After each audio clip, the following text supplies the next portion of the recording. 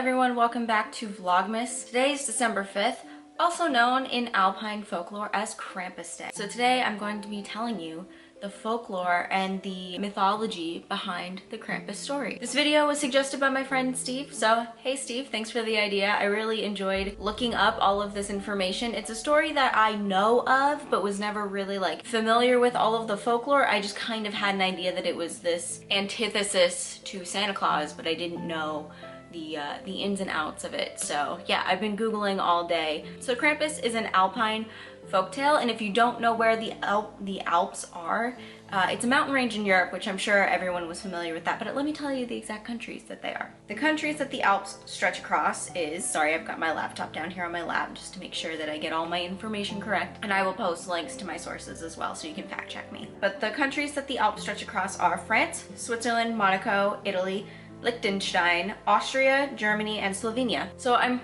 sure many of you know that Christmas is a pagan holiday. It has been adopted into Christianity and Catholicism. The folktale of Krampus is believed to be mainly Germanic, if not purely Alpine. So Krampus is supposed to appear as a half demon, half goat, and he punishes children around Christmas time. He works in conjunction with Saint Nicholas, obviously punishing the bad children. In some legends, he beats them with birch sticks, and then Saint Nicholas would bring the good kids an orange, chocolate, very modest Christmas gifts, which is why you get a smackable orange in your stocking. The name Krampus comes from the German word Krampen. I hope I'm saying that correctly. It's been a hot minute since I've taken a German class. Krampen just means claw, which would make sense. So Krampus and Saint Nicholas are said to arrive on the evening of December 5th today, and that's when they go around distributing their gifts or their punishments. So if December 5th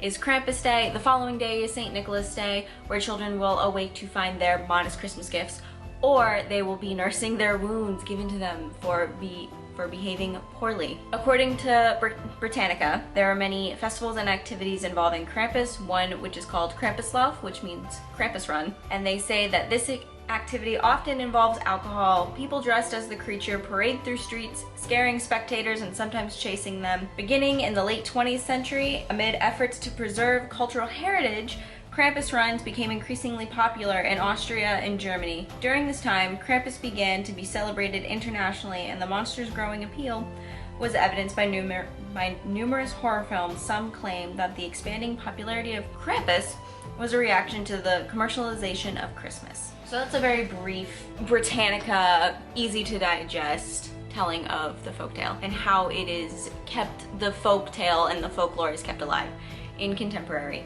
times. With that being said, I think the idea of Krampus is really interesting because in America, in our culture, we just have Santa, and Santa brings the bad kids coal. But I don't actually think that that is ever something put into practice, nor do I think that the Krampus thing is either. I don't think that people are beating their children with birch sticks if they're less than well behaved, because children don't behave. It's just part of learning how to be a human. It's certainly much more threatening and will put the fear in you versus you might get a rock, but you know, coal turns into diamonds. So, and the imagery of Krampus is very cool. I like that. I don't want to get too far into the pagan religion thing just because that's a topic that I don't like to touch personally, because I'm not educated enough to form a good opinion, a well-educated opinion, but also I don't know the stories and what is taking from what. No matter my research, I don't think I will ever feel that I am qualified enough to speak to that. But it is interesting to look up old folklore. So according to Britannica is the main source I'm using, but according to Britannica, there are a couple of equivalents to Krampus. So the first one being La Befana, which is Italian, which is interesting because the Alps are Italian as well, if we remember. So these all kind of stem from the same thing and have trickled down to different creatures and different iterations, which anytime there is an urban legend that is cross-cultural, there's gotta be something to it. It's always super interesting to me. According to Britannica, it says, Italian children look forward to a visit from La Befana, a witch who brings presents to good boys and girls at the end of the Christmas season. Her backstory differs according to variations in folklore. One story suggests that she was invited by the three wise men to visit the Christ child, but declined because she had too much housework. Interesting. Regretting her decision, she now travels to the world on a broom, bearing gifts as she searches for Jesus. Other versions say that La Befana originated in pagan rituals that predate Christianity. In Russia, they have, ooh, I don't want to do the accent on this one. It's Dead Moroz, in my very American accent.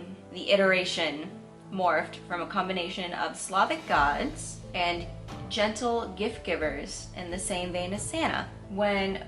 This character was banned in Russia. When Vladimir Lenin assumed power in Russia in 1917, he banned Dead Moroz and other common symbols associated with the Christmas holiday, but the character remains a popular tradition.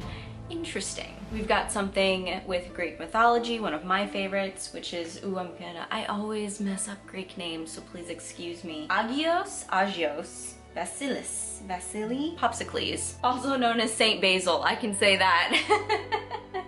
And it's basically the Greek equivalent to Santa Claus. There's one that is said like this, and it's Icelandic, that is otherwise just referred to as Yule Lads, which I really like that one. And this person gives children rotten potatoes if they are bad. And then I scrolled down and found an article about cannibalism, which is not what we're talking about today. It is always interesting to look at other cultures and other religions to see how they celebrate the winter solstice and the different types of, I guess, folklore and stories that surround each culture's version of the holiday. So yeah, with that, thank you guys for listening. I know this was a very discombobulated vlog about Krampus.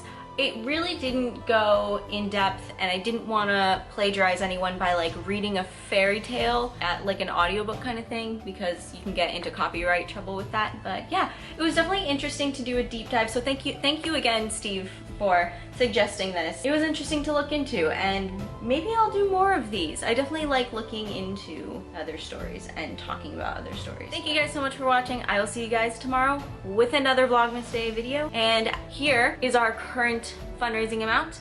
The link is in the description. Like I said before, if you can't, for whatever reason, donate, please share the link with your friends, family, what have you. It means the world to me. And if you can donate, I did some math.